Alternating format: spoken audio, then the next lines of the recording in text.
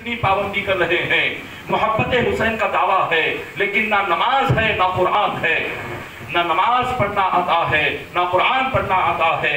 سورہ فاتحہ تک ہمیں نہیں آتا. نماز میں فرض کتنے ہیں ہمیں پتا نہیں ہے. وضو میں سنت کتنی ہے پتا نہیں ہے.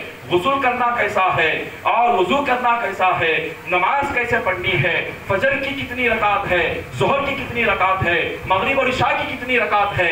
کیا چیز چھوٹنے سے نماز نہیں ہوتی. کیا چیز چھوٹنے سے غسل نہیں ہوتا. کس چیز کے چھوٹنے سے وضو نہیں ہوتا. ہمیں یہ تمام چیزیں معلوم ہی نہیں. پھر بھی ہم امام حسین کے عاشق ہونے کا دعویٰ کرتے ہیں. ہمیں تو نہ دین کی خبر ہے نہ دین کے علم کی خبر ہے نہ نماز کی خبر ہے نہ آج ہمیں قرآن کی خبر ہے. پھر بھی ہم امام حسین کا دعویٰ کرتے ہیں. آج یہ معاملہ ہے تو صرف ایک دن کے عاشق نہ بنے. آج ایک دن 10 محرم کے عاشق بن گئے. 10 محرم کو ہم نے امام حسین کے نام پر کچھ پکا کر کھلا دیا اور کسی کو کچھ بانٹ دیا اور پھر جیسے ہی کل کا دن آیا تو سب کچھ ختم ہو گیا. نماز بھی گئی, قرآن بھی گیا, روزہ بھی گیا, سب کچھ گیا. اب پھر 10 محرم کو روزہ یاد آتا ہے اور پھر اس کے بعد 10 محرم کو امام حسین کی شہادت یاد آتی ہے.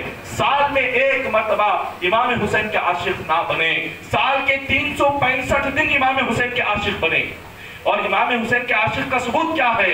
اس عاشق کا ثبوت یہ ہے جس حسین نے اپنا سر کٹایا سجدہ نہیں چھوڑا. وہ عاشق اپنی جان قربان کرے گا مگر نماز نہیں چھوڑے گا. یہ ہے ایک وقت کی نماز. جب موقع ملے نماز کی پابندی کرے.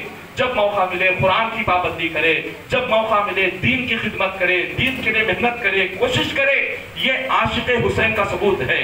یہ امام حسین کی شہادت کا پیغام ہے. ہم نے اس پیغام کو بھلا دیا. حضرت امام حسین کی شہادت کے بعد ظالموں نے کیا کیا. آپ کا جسم مبارک امام حسین کے سر سے امامہ نکال دیا گیا. آپ کے کپڑے نکال لیے گئے.